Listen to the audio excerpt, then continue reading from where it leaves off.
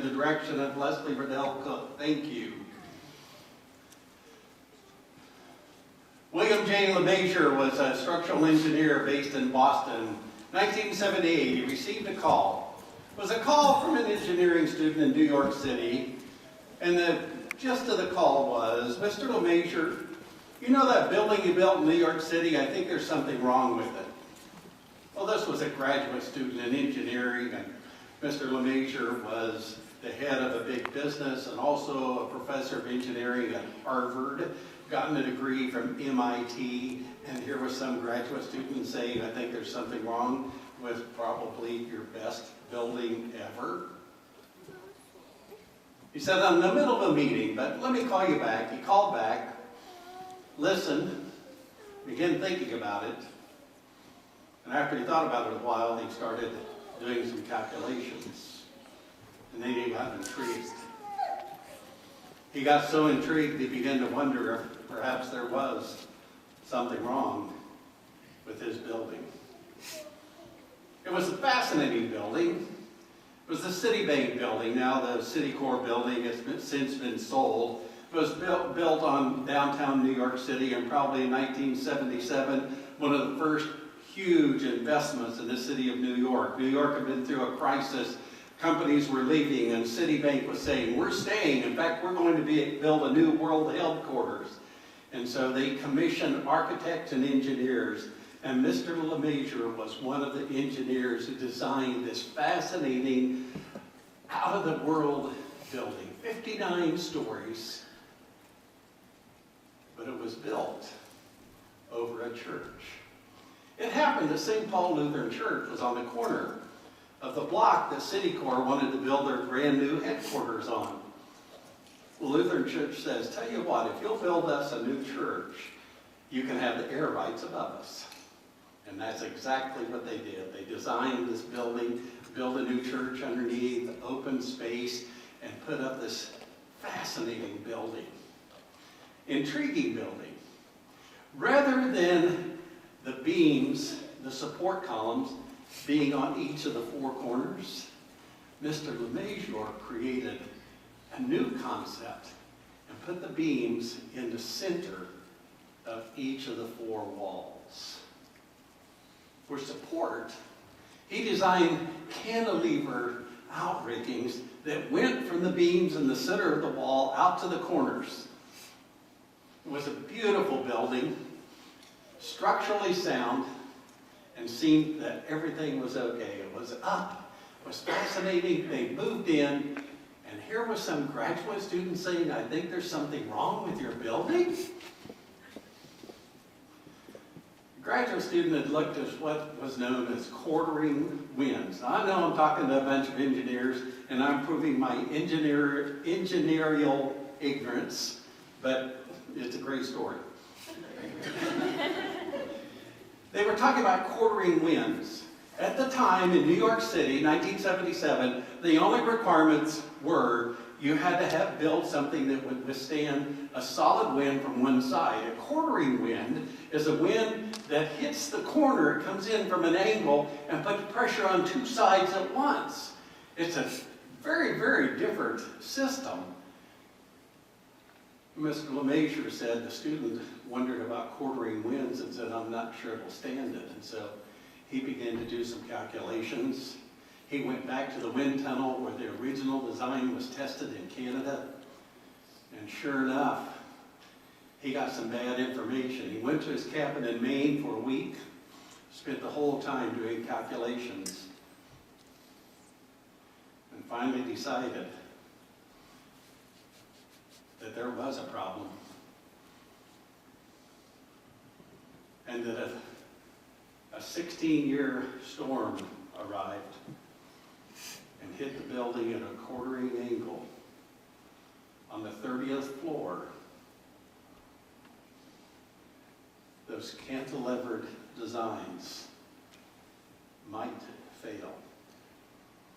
He wasn't overly concerned because he built in redundancy, and he knew that the cantilevered system was built so well In fact, he thought it was as solid as it possibly could be because it was all welded together.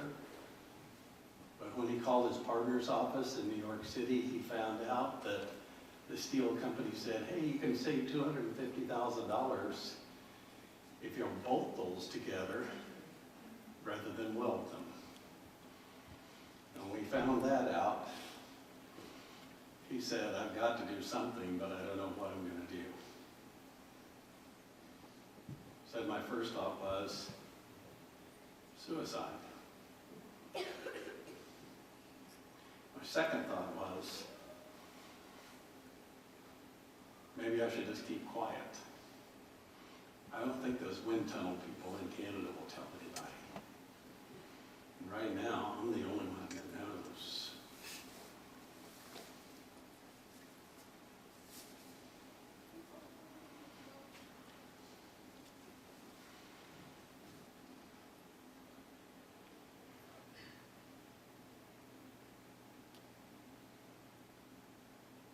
During this season of Lent, they're inviting us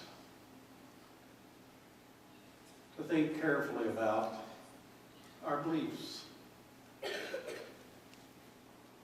What do you believe? What don't you believe? And why do you believe what you believe, and why don't you believe what you don't believe? How do you arrive at your belief system? And I'm inviting you to think about God, whether you believe in God or not. You can still think about God.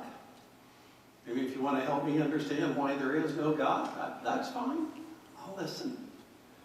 But if you want to say there is a God, I'm suggesting that during this Lent we take 4 concepts to think about God. Faith, vulnerability, life, and love.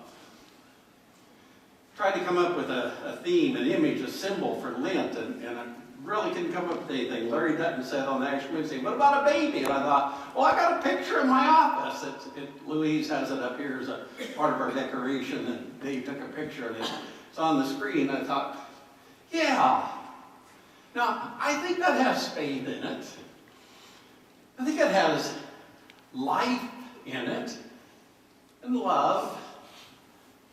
Yeah, I think I see vulnerability there. Now, I'll have you know I wasted an inordinate amount of time trying to figure out what this picture is about. I cannot see who did the picture. My wife gave it to me, and I thought, well, she'll know. She knows everything. Well, she says, I can't read the name. And I said, where'd you get it? At Atlantic Station in Atlanta, Georgia, at an art fair. Oh, great. I have Googled this thing with every word I could think of because I thought, well, I wonder what the creator thought about it. So it's just up there, and it's up to us to decide, what does it mean? What do you think it might mean? But does it convey that concept of faith, vulnerability, life, and love? The Apostle Paul was writing to the church at Philippi. And he said, you can make my joy, my celebration complete if you will be of the same mind, if you'll be in unity, if you'll be in one accord. There's the Honda reference. Be in one accord. If you will be together, then my joy will be complete. Have the mind of Christ. My wife said, what are you preaching on tomorrow? Well, God. What else? Love. No, that's always my standard reply. Every sermon I preach, God and love. It's going to be in there somewhere, okay?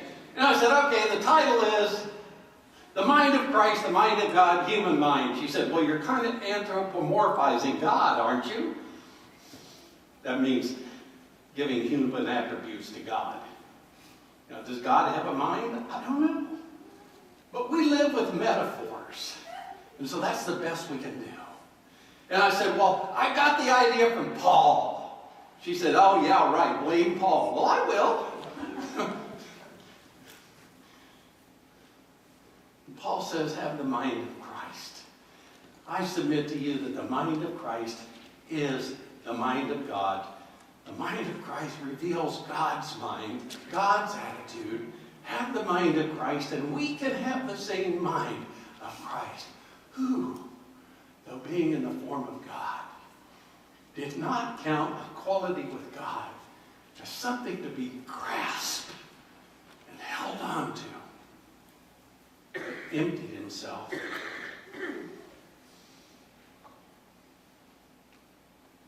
Became human.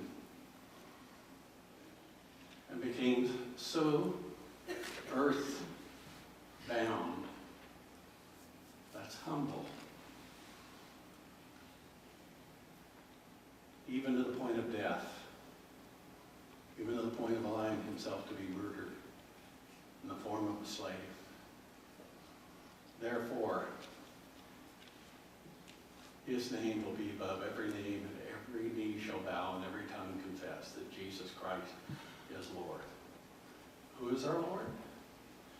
The one who emptied himself, humbled himself, and allowed himself to be killed. What's the mind of Christ? What's the mind of God?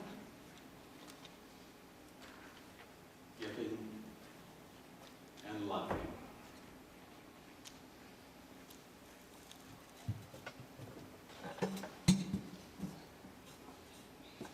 It's not enough for us, I don't think, to simply say, I believe this, I don't believe that, and here's why.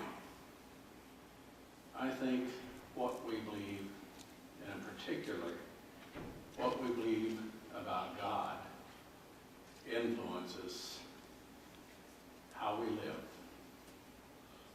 how we behave, how we function.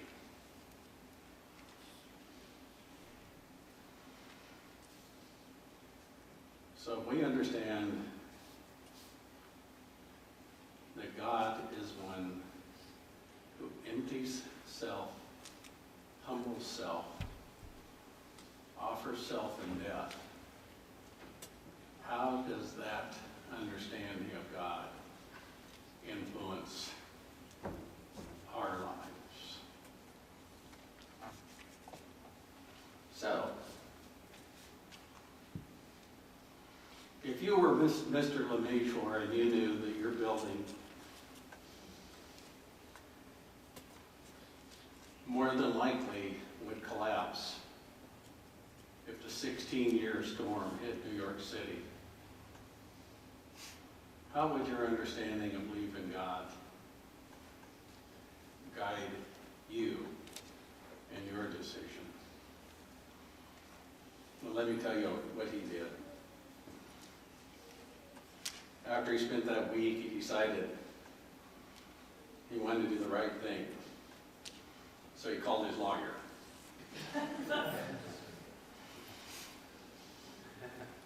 Then he called his partner in New York City, went to meet with him, and said, here's what I've discovered. Our building is flawed. They called the CEO of City Court, and finally, through a long process, it's hard to talk to a CEO. Through a long process, they finally had a meeting. And oddly enough, the CEO said, okay, what are we going to do about it? Well, Mr. LeMayshore had figured it out. He said, I've done the designs, I've done all the drawings, I've done all the specs.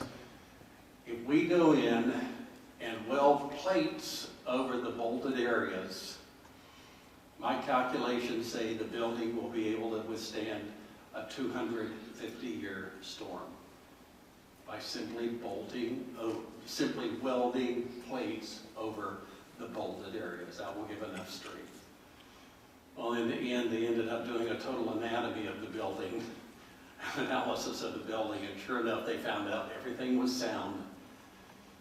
Well, they went in, made a press release to the public saying we discovered some new information, so we want to do some tweaking. My favorite statement was the CEO of City Court said, well, we just want to do some things, you know, we bankers, You know, I don't know if this is true or not, but the statement was, you know, we're bankers. We wear both suspenders and belts. Yeah.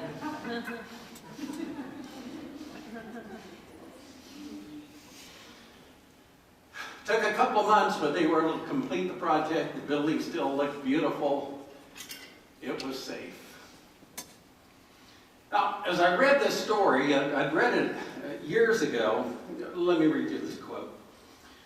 Mr. LeMessurier started teaching, continued teaching at Harvard for years, and over the last few years, he used this summer of 1978 as an example. The tale, as he tells it, is by turns painful, self-deprecating, and self-dramatizing. An engineer who did the right thing. But it also speaks to the larger question of how professional people should behave.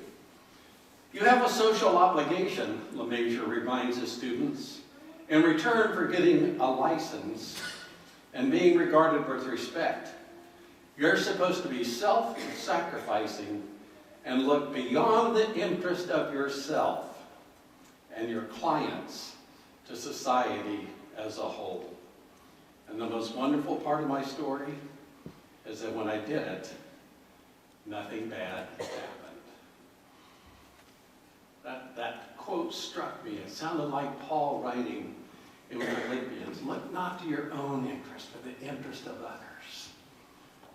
Wow, what a cool example of our understanding of God guiding us to make the right decision.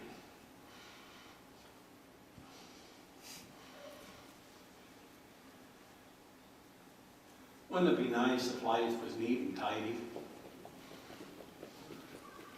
Everything was just okay. We could just say we're just going to love each other and everything will be perfectly fine. Wouldn't it be nice if life was that way? That I'm going to make the right decision? In 2002, in the journal Cross Currents, Mr. Keene wrote an article about the Citicorp building incident. He first noted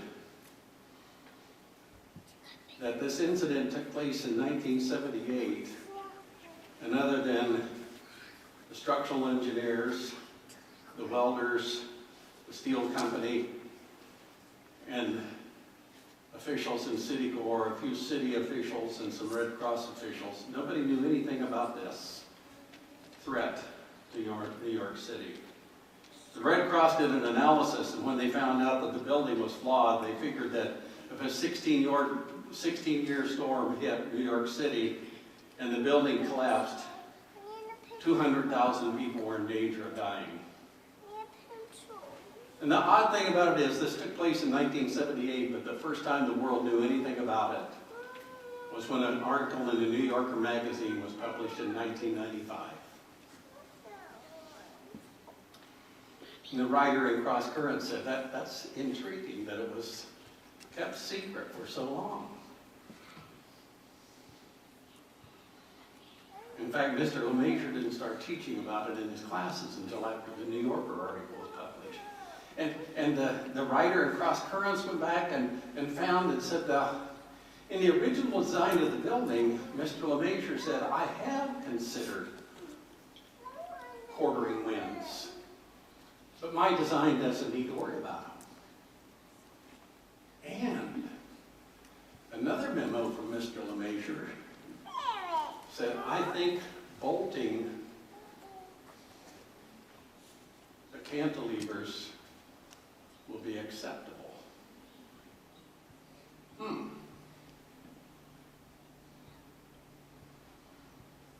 But even more, what do you do with the fact that in 1978, all the parties involved, engineers, architects, officials of Citicorp, city officials, Red Cross officials, did not deem it necessary to notify the little grocery store owner next door to the city court building, "Oh, sorry ma'am, but if the right kind of storm hits, your grocery store's gonna get squashed." Now the line was that they didn't want to scare everybody and create terror in the city. So they lied.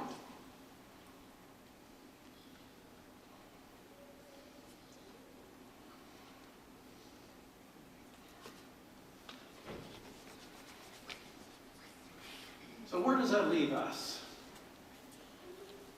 Especially me, but if you want to go along for the ride, why, I invite you. What do you and I believe about God? And how does that guide our actions, our decision, our responsibility, our choices?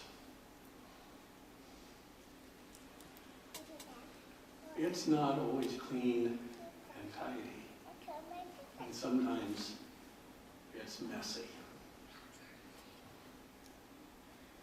And so I'm going to blame this on Paul again because, he's so easy to blame.